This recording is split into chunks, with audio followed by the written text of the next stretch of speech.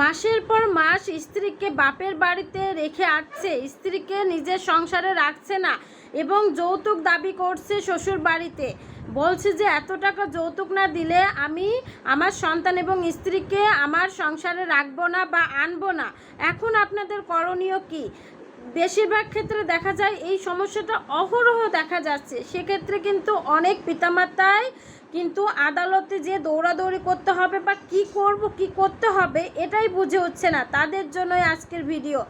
যে সকল সংসারে এ ধরনের সমস্যা রয়েছে তারা কিন্তু চাইলেই আদালতে ভরণ পোষণের মামলা দায়ের করতে পারে। কারণ যখন কোনো ব্যক্তি সন্তানের পিতা হবে তখন ওই সন্তান এবং তার স্ত্রীর ভরণ পোষণের দায়িত্ব শুধুমাত্র ওই পিতার।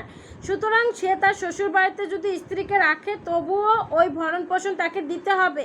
এটা কিন্তু আমরা আদালতের মাধ্যমে তাকে বাধ্য করতেই পারি। ধন্যবাদ।